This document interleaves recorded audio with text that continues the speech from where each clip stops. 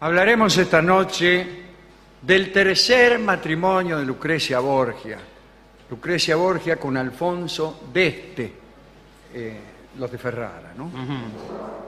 Ya hablamos alguna vez, o deberíamos haber hablado antes de hablar de esto, de Giovanni Sforza, que fue denunciado falsamente por impotencia. Ese fue el primer matrimonio, ¿no? El segundo con Alfonso de Aragón, del que ella estaba realmente muy enamorada, que fue asesinado por hombres de César Borgia, el hermano de Lucrecia, era Alfonso de Nápoles, ¿no? Bueno, dejemos a Lucrecia o encontrémonos con ella en el castillo de Nepi, a la espera de que su padre, el Papa Alejandro VI, el Papa Borgia, y su hermano Césare, le destinaran un nuevo marido, ya que la tenían, como tenían a todas las mujeres en aquel entonces, o peor, de un lado para otro, como zapallo en carro, cumpliendo las órdenes de los hombres de la familia. Césare eligió para su hermana al príncipe heredero del ducado de Ferrara, Alfonso d'Este. Este muchacho era conveniente para Roma, puesto que Césare necesitaba de una alianza con Ferrara para desbaratar los posibles ataques de Venecia. Empezaron entonces las negociaciones, que fueron largas. En agosto de 1501 se celebró la unión por poderes, es decir, que los novios no se conocían, y no se conocieron por un tiempo. Había otros trámites. Poco más tarde, dos enviados de Ferrara, Gerardo Saraceni y Ettore Berlinghieri, que eran juristas, se presentaron en el Vaticano para saludar a la futura duquesa de Ferrara. Debían presentar un informe sobre ella y también sobre su virtud, digamos. Todo esto debían presentarlo ante los nobles ferrarenses que querían saber los puntos que calzaba la novia. La hija del Papa les pareció fatigada. Parece que, contenta por su nuevo matrimonio, Lucrecia se pasaba todas las noches de juerga en juerga. Dicen que una noche sucedió lo siguiente. Cesare Borgia invitó al Papa y a Lucrecia a sus aposentos del Vaticano. Invitó también a 50 de las más famosas prostitutas de Roma. Después de comer, las damas galantes bailaron con los presentes. Primero iban vestidas y después se desnudaron. Por último, se realizó una exposición de capas de seda, zapatos, bonetes y otros objetos que se prometieron como regalos a quienes diesen a las cortesanas las muestras más numerosas de virilidad. Algunos asistentes que hacían la función de árbitros entregaron los premios a quienes fueron reconocidos como los vencedores. En un punto, los historiadores discrepan. Para algunos, Lucrecia estuvo allí. Para otros, temerosa de que los enviados de Ferrara dudaran de su mesura, Lucrecia se retiró cuando empezó lo mejor. De todos modos, los funcionarios de Ferrara elogiaron la reserva, la piedad y la devoción de la hija del Papa, que según otros marcaba 1,33 la milla. Alfonso d'Este, el marido que le esperaba, quedó entonces contento con la información que se le brindó. Finalmente se hizo el viaje de Lucrecia a Ferrara. Cuenta que Alfonso no tuvo paciencia, esto es clásico, ¿no? Y la fue a esperar a un pueblo cercano de Castel Bolognese, una ciudad fronteriza, a donde Lucrecia había llegado. Ella supo que el enmascarado que se le acercó gentilmente era él, se gustaron. Bueno, después de aquel semblanteo, Alfonso se retiró a Ferrara, donde la recibió oficialmente y donde se hicieron las fiestas nupciales. Terminados los festejos, Lucrecia se retiró a la alcoba nupcial. Mujeres, prelados, parientes. ¿Es prelados o pelados? No, será... O sea, se trata de mujeres, parientes, escribanos y príncipes que estuvieron en la antecámara acechando los ecos de las bodas.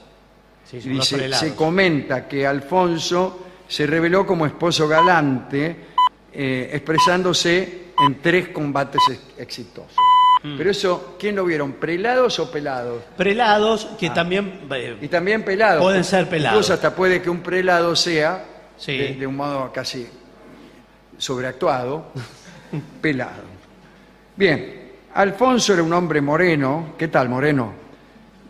Con textura fuerte, apasionado por los cañones, así que váyale tomando el peso. También por los caballos, los perros y los torneos y otras estupideces. Tocaba la viola da gamba, le gustaba pintar porcelana, era un hombre a veces extravagante, le gustaba andar desnudo por la corte y se divertía corriendo algunos riesgos, por ejemplo, andar desnudo por la corte. Una vez soltó en la plaza del Duomo un toro furioso que fue perseguido por los perros y provocó accidentes mortales, mientras él se reía desnudo, contemplando desde un balcón del palacio. Cuentan que Alfonso tenía todo un harén y dedicaba a sus ocupantes el tiempo que le dejaban sus asuntos de Estado, las guerras, qué sé yo. Era muy poco selectivo, le gustaban todas, pero una vez casado, ninguna lo distrajo de sus deberes conyugales, que cumplió con puntualidad.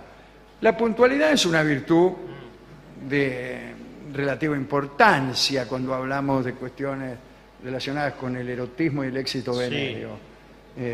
No es algo que se tenga en cuenta en general. No sé si hacerlo a las 5 en punto es mejor que a las 5 y cuarto. Lucrecia se hacía la distraída respecto a los amoríos que tenía su esposo. Reunió una corte de poetas para matar el aburrimiento, o para causar el aburrimiento. Con muchos de ellos se sospecharon relaciones que daban celos a Alfonso. Uno de los principales amigos fue el poeta Ercole Strozzi. ¿Qué tal, Ercole? Dice la crónica que era un hombre rengo de nacimiento que compensaba sus problemas físicos con una obra poética que entusiasmaba a las damas. Un día Lucrecia le dio en recompensa de sus versos una rosa que previamente besó. Epa, un momento. Eso es una un señal. momento, yo si mi novia le da a un poeta una rosa que previamente besó... Una rosa besada. besada por ella, porque besada por usted... No, a mí qué no, me no, importa. besada por ella. Besada- sí. Acá, un momento, acá está pasando algo raro. Cualquier regalo Todo besado. esto me huele mal, dijo el japonés. Sí. Cualquier regalo besado. La misma bicicleta que le regaló y la más novia ese besada. poeta que como Byron también era rengo y compensaba esa renquera Con un taco. con hermosas composiciones. Hay otros poetas que en cambio no son rengos y entonces, como no tienen que compensar un defecto físico, son poetas pésimos. No, no es así. No Y es ahí que- incluso puede concebirse que haya poetas con problemas físicos que además escriban pésimos versos. Y sí. Y otros poetas que, por ejemplo, corren 100 metros en 10 segundos. Bueno, esos son malísimos. Bueno, no, Son no, los no hay- peores porque lo que tienen que compensar son ventajas físicas. Son verdaderos atletas. Pero no hay Y una entonces, regla. claro, para compensar tanta exuberancia física, escriben unos versos pésimos. A eso se le llama pensar. Sí, sí. Sí, no hay una relación causa-efecto en estas No, compensaciones. sí, No. el andar y el andar del verso. Bueno, lo que pasa es que Alfonso se enteró de este asunto de la rosa y empezó a vigilarlos y entonces Hércules Strozzi empezó a hacerse lotario. Hubo otras relaciones, sin embargo. En la casa de Hércules Strozzi, Lucrecia conoció a otro niato, nada menos que Pietro Bembo, el sabio veneciano Pietro Bembo. Había llegado a Ferrara con una rica biblioteca. Su casa en Ostelato fue centro de reunión para justas de oratoria. ¿Cómo me gusta la palabra justas? Que tuve el honor de usar el otro día en la televisión. Justas de oratoria y recitales de poesía. Lucrecia se enamoró y él también. Se entregaron un intercambio de correspondencia que incluyó el envío de mechones de pelo que cada uno guardó como una reliquia. Cada uno guardaba el del otro, no el de uno mismo. No, o sea, claro. los mechones de pelo mío yo los guardo ya puestos en la... Los tiene, no los guarda. Tengo, no, Sí. no me los corto para meterlos en una caja. No. En cambio, los de otra persona sí. ¿Sí? Sí, bueno, no sé, eso es lo que hacían Pietro Bembo y Lucrecia Borgia. Le mandaba, tome, este manojo de pelos, decía Lucrecia, me lo acabo de arrancar. Sí. Ay, Lucre, siempre Bien. la misma. Para escribirse, adoptaron un código secreto. Ercole Strozzi, que amaba a Lucrecia, la ayudaba en sus escritos con este otro ñando. Una vez, Pietro Bembo se enfermó. Lucrecia no se enfermó mucho, por eso. No, esa es una gripe. Lucrecia abandonó toda prudencia y se presentó junto al lecho del enfermo. Al día siguiente, Bembo fingió haber sido curado por esa visita. Lo hizo por galante, pero también por cauto. Prefirió que Lucrecia no lo visitara tan imprudentemente y se hizo el curado, aunque todavía estaba enfermo, ¿no? Pero esa cautela no duró mucho. Cuando murió el Papa Alejandro y Lucrecia sabía que con esa muerte cambiaba su suerte, ¿no? Se depreciaba su poder y bajaron sus acciones en la corte, la empezaron a tratar bastante mal y el confidente más cercano que tuvo a partir de entonces fue Pietro Bembo. Si quiere le cuento qué le pasó al Papa. ¿Qué le pasó? En agosto de 1503, Alejandro VI y su hijo Césare fueron a cenar al viñedo del señor de Corneto. ¿Qué hace Corneto? Sí, se come bien Un ahí, ¿eh? erudito recientemente nombrado cardenal. Disfrutaron el fresco de la noche, qué sé yo. Bueno. No era tan sano el fresco de la noche porque muchos romanos se habían muerto de malaria. El Papa tenía miedo, ¿no? Creía que la malaria atacaba a la gente gorda y él era gordo. Había creído también en varios presagios.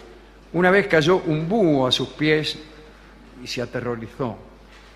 El Papa, no el búho, ¿no? Sí. Cuentan que las consecuencias del banquete en la casa de Corneto hicieron realidad aquellos presagios, porque pocos días después del ágape, el Papa y su hijo tuvieron fiebres violentas. Al Papa le hicieron 11 sangrías.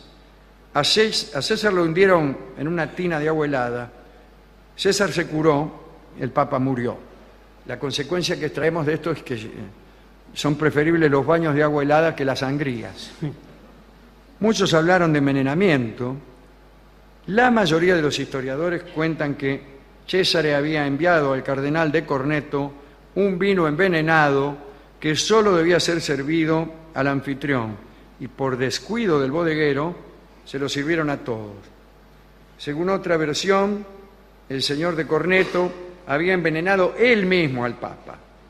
Bueno, sobre la base de esta sospecha, más tarde fue privado Corneto de la púrpura cardenalicia por León X.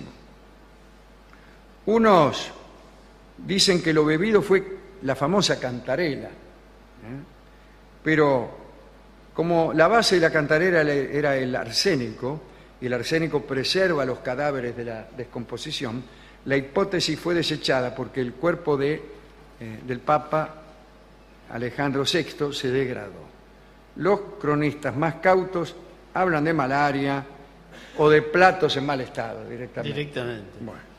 Pero volvamos a Lucrecia, ¿no? Que de golpe se quedó sin apoyo pontificio porque murió su papá, que era el Papa.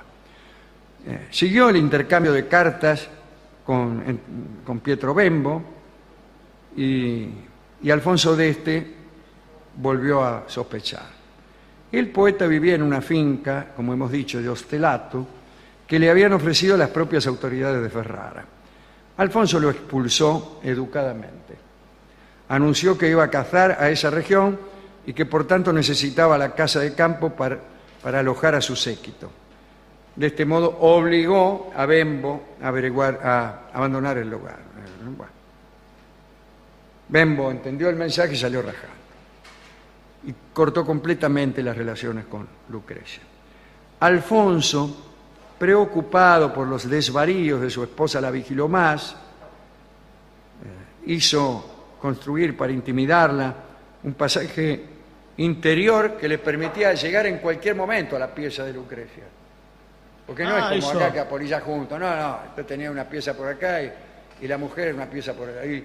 Tenía un pasaje secreto y de golpe, ¡fua!, le aparecía de golpe, para ver si la encontraba con alguno. Bien.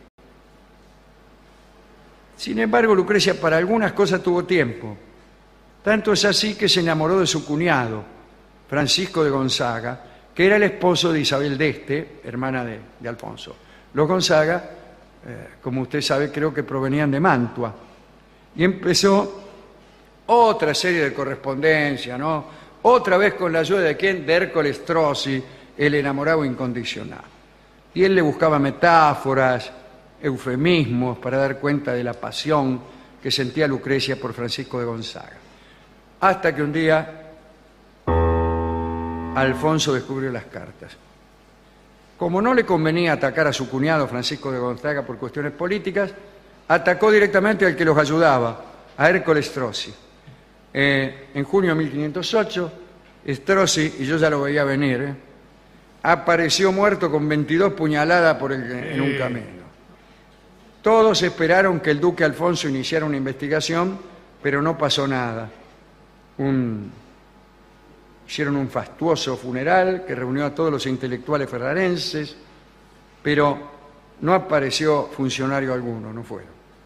Los Strozzi y los Gonzaga ofrecieron una recompensa por la cabeza del asesino, pero nadie encontró nada. Poco más tarde murió Césare, el hermano de Lucrecia, y luego Francisco de Gonzaga, roído por la sífilis, y mejor todavía por la sífilis. Lucrecia supo entonces que nadie la defendería en ningún caso y se entregó a la devoción. Renunció a los escotes, llevaba un cilicio bajo la camisa, escuchaba lecturas piadosas durante las comidas. En la primavera de 1519, Alfonso regresó a Ferrara después de una guerra cualesquiera y encontró a su esposa maltrecha. No tenía 40 años. Un nuevo embarazo de su esposo, el 11º, se anunció como muy difícil. Nació una niña que murió al poco tiempo. A Lucrecia le agarró la fiebre puerperal y pidió que se solicitara ante el Papa León X una indulgencia plenaria para asegurar su salvación eterna, ¿no? El Papa la otorgó y Lucrecia murió creyéndose salvada el 24 de junio, mire usted, de 1519. Ese fue el tercer y último matrimonio de la pobre Lucrecia, que no tuvo suerte. Primero le encajaron a Giovanni Sforza, que era un mamerto. Sí. Cuando tuvo un esposo al que amó, como era Alfonso de Aragón, ¿no? Los españoles estaban en ese momento en Nápoles. Se lo mataron. El hermano mató a Alfonso. Y después le consiguieron a otro Alfonso que la encerró allá en Ferrara. Él nunca la trató muy bien y bueno, murió joven y sin esperanzas de amor, ¿no? Hemos ido a la discoteca y hemos pedido especialmente este tango, que es un tango borgiano en el sentido de los Borgia, no de los Borges. Y se llama, evidentemente, Gotas de Veneno. Lo va a cantar este extraordinario cantor que era Jorge Casal. O peor, de un lado para otro como zapallo en carro, cumpliendo las órdenes de los hombres de la familia. Césare eligió para su hermana al príncipe heredero del ducado de Ferrara, Alfonso d'Este. Este muchacho era conveniente para Roma, puesto que Césare necesitaba de una alianza con Ferrara para desbaratar los posibles ataques de Venecia. Empezaron entonces las negociaciones, que fueron largas. en agosto de 1500, del que ella estaba realmente muy enamorada, que fue asesinado por hombres de César Borgia, el hermano Lucrecia, era Alfonso de Nápoles. Bueno, dejemos a Lucrecia o encontrémonos con ella en el castillo de Nepi, a la espera de que su padre, el Papa Alejandro VI, el Papa Borgia, y su hermano Césare, le destinaran un nuevo marido, ya que la tenían, como tenían a todas las mujeres en aquel entonces. Se celebró la unión por poderes, es decir, que los novios no se conocían, y no se conocieron por un tiempo. Había otros trámites. Poco más tarde, dos enviados de Ferrara, Gerardo Saraceni y Ettore Berlinghieri, que eran juristas, se presentaron en el Vaticano para saludar a la futura duquesa de Ferrara. Debían presentar un informe sobre ella y también sobre su virtud, digamos. Todo esto debían presentarlo ante los nobles ferrarenses que querían saber los puntos que calzaba la novia. La hija del Papa les pareció fatigada. Parece que contenta por su nuevo matrimonio, Lucrecia se pasaba todas las noches de juerga en juerga. Dicen que una noche sucedió lo siguiente. Cesare Borgia invitó al Papa y a Lucrecia a sus aposentos del Vaticano. Invitó también a... Hablaremos esta noche del tercer matrimonio de Lucrecia Borgia. Lucrecia Borgia con Alfonso d'Este, los de Ferrara, ¿no? Ya hablamos alguna vez, o deberíamos haber hablado antes de hablar de esto, de Giovanni Sforza, que fue denunciado falsamente por impotencia. Ese fue el primer matrimonio, ¿no? El segundo, con Alfonso de Aragón,